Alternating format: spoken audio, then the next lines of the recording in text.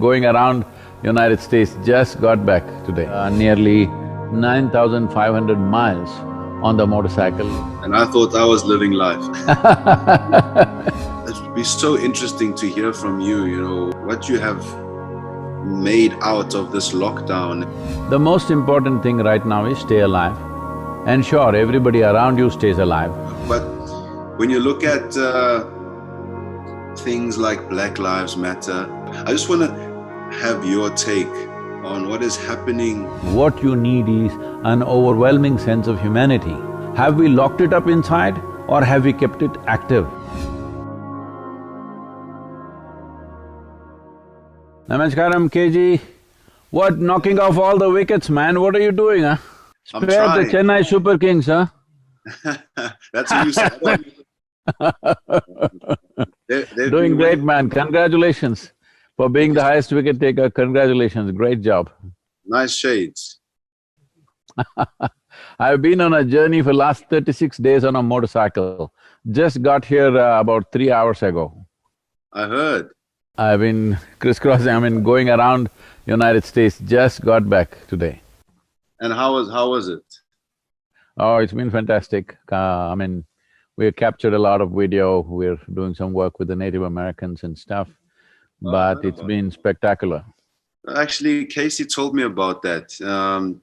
What exactly is that though? Just if you don't mind giving me you don't have to talk too long about it. This was titled as Exploring Spiritual America. So we connected with all the Native American nations. Actually, most people would not know that there are over 500 Native American nations of the past. Yes. Well, they have all become reservations today, but still they exist, they maintain a certain status, and they have their own spiritual process, their culture. Each one of them has their own separate language. Like in Africa, each tribe has its own thing. I don't know to what extent it is preserved in Africa today, but these people are striving to preserve it. So my effort was one thing, to bring the spiritual dimension of their life back into thing, because one very, very relevant factor in their spirituality is, these are people who did not live on the land, they lived as the land. They are the land, like that they lived. For them, ecology is not a textbook, it lives in their hearts. So I thought bringing that forth for today's generation and tomorrow's generation, it's very important.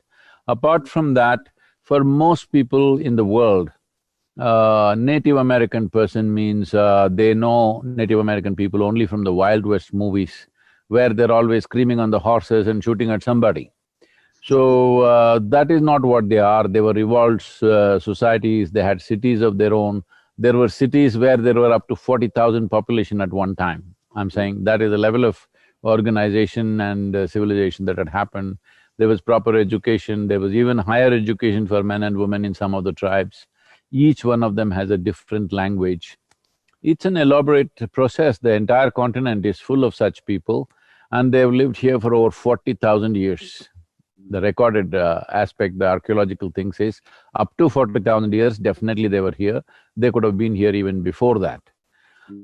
So, the idea is to make them visible in the world, and the idea is to bring out the positive dimensions of their life, because they've been relegated to another status where they're invisible. So as nations, bringing them back. Well, they're part of the United States Constitution and framework now, but culturally, spiritually, they are nations by themselves. So that was the effort. So we thought we'll do it in 21 days on a motorcycle, but because we met so many people on the way and covered nearly 9,500 miles on the motorcycle, it took 36 days. Just today morning we got back. And I thought I was living life. But yeah, you mentioned a great point. Reviving or bringing awareness to their culture, I think is probably a good thing, and also bringing awareness to other people that can recognize their culture. They probably do recognize it, but you're right. When I was young, I was probably watching TV and I see them in those, in those movies, the Wild Wild West movies, and I guess it's about learning about each other as human beings. So I think that's a great initiative. I think Africa also has a similar situation. I don't know to what extent it's preserved today, but I mean, it had a similar situation where tribes had their own cultures, languages, everything. I have been in northern part of Africa to some extent traveling. I met those Maasai people, they're Yeah. just incredible people, and we met the Zulus and stuff. I don't know if you come from some background like that, if you can tell us something. Of course, I'm from the Venda. I'm Venda myself, but my family is Mhm. very culturally mixed. I would say in South Mm. Africa, uh, we speak our native languages. South Africa has Mm. 11 languages, and people in South Africa are quite rooted in their culture. But if you have any ideas and you want to come on board, and it's all about learning, right? Everyone can learn from each other. I mean, being at the IPL as well, I learned a, quite a few things about Hinduism. I've learned Mhm. about Muslims, because we are in an environment where we're just around different people who come from different backgrounds. So So Venda tribe has a language of its own? yes, it does. What's It's it called called? it's called Venda. Oh, So okay. yeah, it's called Venda. So Yeah, on the it's cricket field, you can curse people in your language, nobody understands. I've been in a bit of trouble for cursing people in English. Don't do that, in your language you must do. Exactly, exactly. Yeah, man. But I'm so glad to really speak to you. I think it's quite cool. My friend and I during the lockdown, we were like, hey, let's do something. We're not playing any sport. There's no work. Let's get together. Let's get creative. So we started a podcast, and then I remember I asked you a question just before I was gonna tour Mhm. India, but then I I had a tear in my grade 1 tear in Mhm. my groin and my abductor, but now I'm all good. Mhm. And so I was like, hey, why don't we speak to this man? Because I think he's got wonderful perception, and it'd be so interesting to hear from you. You know what you have made out of this lockdown, and things are like crazy. People have lost jobs. People have lost family members. Economies are breaking down. You know, people are in their homes, they can't get out, but now things are sort of returning to the normal way of how it used to be. But how do people cope with what is happening around them? You almost have to look a bit deeper. But spiritually, how? What do you One think? thing is, yes, people are trying to get back to how it used to be, but please Yes. don't call it normal. Yeah, it's not normal. That's not really normal. Yeah. If you look back how it used to be 100 years ago, if you look back how it used to be 500 years ago, 1,000 years ago, Yeah. how it used to be in 2019 is definitely not normal. At least every creature on this planet does not think we are normal. They think we are the virus on this planet, Yes. you know. I'm saying if any other creature, any other species Yeah. had done what human beings have done to this planet, I'm sure we would have found a chemical bomb, a nuclear bomb, all kinds of stuff. Maybe we would have poisoned them, something, and we would have made sure the entire species obliterated, right? But right now it's us who's doing this. This is a good time for us to sit back and look, what are we doing? What is really normal for us? What is normal for a human being? Is something I think the whole world needs to look at it. It's unfortunate, over 1 million lives have been lost, yes, it is true. Many people have lost their loved ones. More than anything, not only losing their loved ones, they've not been able to tend to them in the final stages. They've not even been able to attend funerals. Governments are burying or Yeah. cremating people, which is a terrible thing. And of course, the economic loss, the loss of jobs, loss of closure of businesses, all this happening. You must understand, I've also lost my job completely What is your because in the last, whatever we had planned for these 2 years, 2020 and 2021, I'm telling you, because our programs were all planned 18, 20 months ahead, everything is just wiped out. Yeah. No, we have paid, including South African trip, I was supposed to come there in the month of June. Uh, all hall rents, advances being paid. Right now we are struggling to get back the money from the halls because 2 years, whatever we had planned, everything is gone, all right? So, this is true for a whole lot of people, Yeah. but it's for us, either when outside situations do not go the way we expected them to go, this is the time for human beings to dig deep inside and see in what way we can break our limitations and do something absolutely new, something innovative, something… This is the time to explore human genius. When everything is going good, you don't have to. You can just go like a standard person, all right, whatever you call is normal. I don't like to be normal because normal people don't do anything significant. Yes. So, this is the time for everybody to dig into their genius. This is the time for everybody to turn inward and question, what is my life about? What is this all about? Because we are just here for a brief amount of time. In this time, it's very important, at least we are crystal clear, what is it that we want to do with this life? Where do we want to invest this life? This must be clear to every human being. Unfortunately, I would say 90% of the people have no clarity about where they want to invest their life. Simply by chance they've gotten into something, because they have a qualification they're doing something, because they were in a place they've gotten into something. Outside influences are determining what we're doing. This is not the nature of the human being. It's human consciousness which must determine how the outside situation should be. But right now we are allowing outside situations to determine how the human consciousness should be.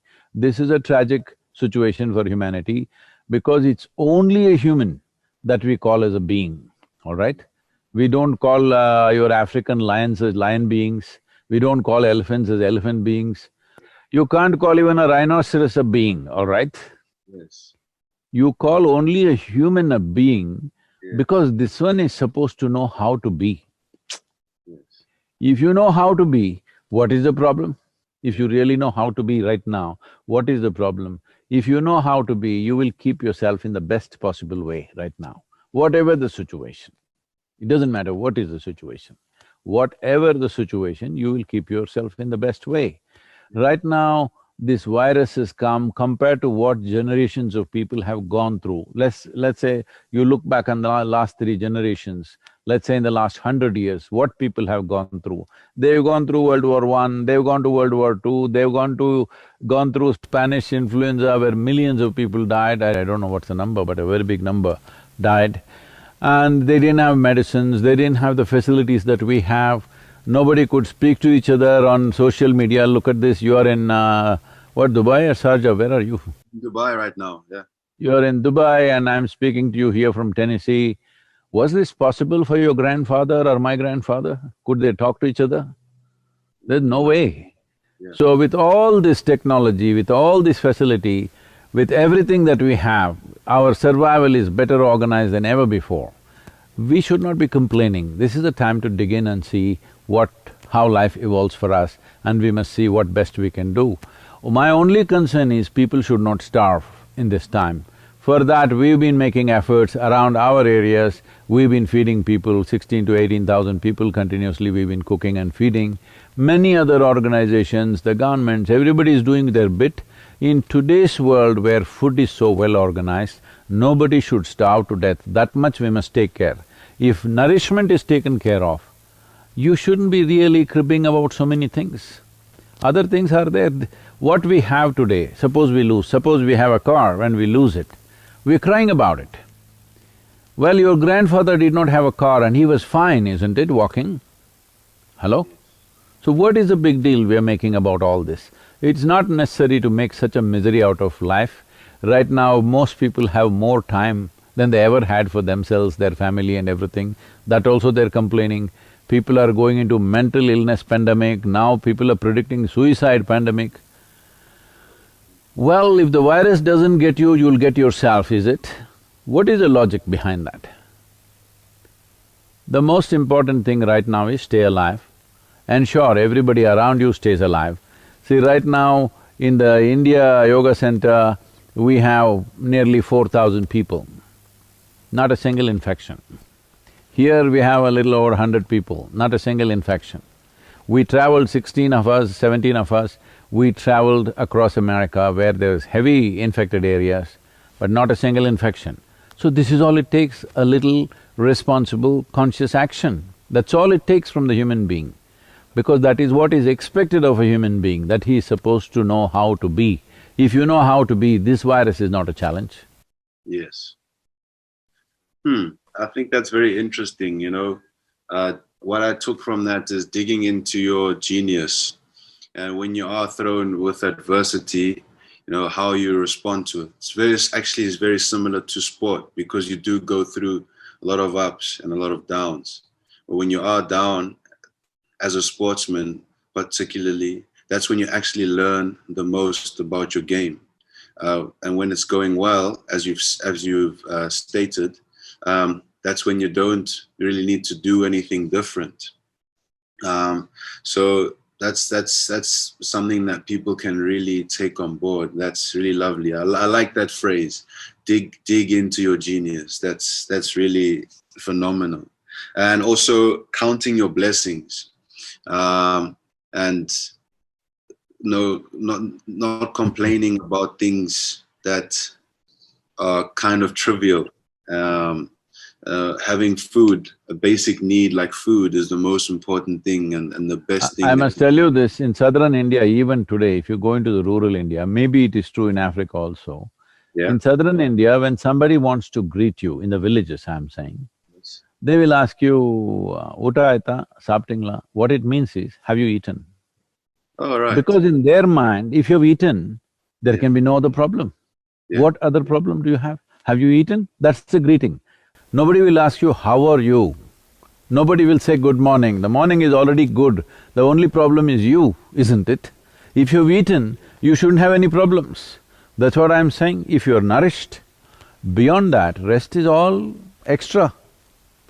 As a generation of people, we have more things than any generation ever had. We have more conveniences, we have more comforts, we have more technologies, we have more access to everything. Like never before in the history of humanity, never anybody had these things, isn't it? But we are complaining like never before. I mean, Global now, the complaints are not local anymore. Everything is global because they're on the Facebook. and Twitter and Instagram. Yeah. Instagram. Speaking about global stuff, and so social media especially, I actually came across you on social media. I think a lot of people would have. When I was about 20, 21, I was searching on YouTube, looking at spiritual videos, and obviously you came up. That's how I got to know you, and I would watch videos here and there. So it's actually quite cool that I'm chatting to you now. But when you look at things like Black Lives Matter, and in South Africa, there's also campaigns like Farmers' Lives Matter, and other people say all lives matter. As a sportsman, you know, I get asked that question a lot of times, and it doesn't have to. For me, it's not about cricket. It's not about politics. Not about business. All lives matter. As you've stated, it's about human beings, right? But I just want to have your take on what is happening on that front in humanity around the world when it comes to life mattering.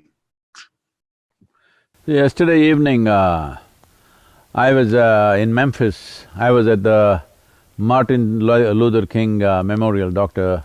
Martin Luther King Memorial, where in that hotel, Lorraine, where he was shot. Yeah. So, when you go into this museum, it's not… it's new to us, we know this. It's heart-rending just seeing those images. Not just about his death, but what he was fighting for, what was happening in the country. It tears you apart. It may be half a century ago or a century ago, but when you look at it, just the images are… and the statistics are unbelievable. 12.5 million African people were captured and brought as slaves. So when you look at these images, it's heart-rending. But if you invest in the wounds of the past, you will also become wounded. When you're wounded, when you're in pain, when you're in anger, when you're resentment, you cannot think straight. You will get poisoned. And with this poison, nobody else dies but you. Resentment, anger, hatred are poisons that you drink, but you expect somebody else to die. Life doesn't work like that. It kills you in so many ways. So the thing is, whether we want to invest in our dead fathers, it's not that we don't respect them, it's not that we did not value them, it's not that we have no regard for them, but still we cannot invest in the dead.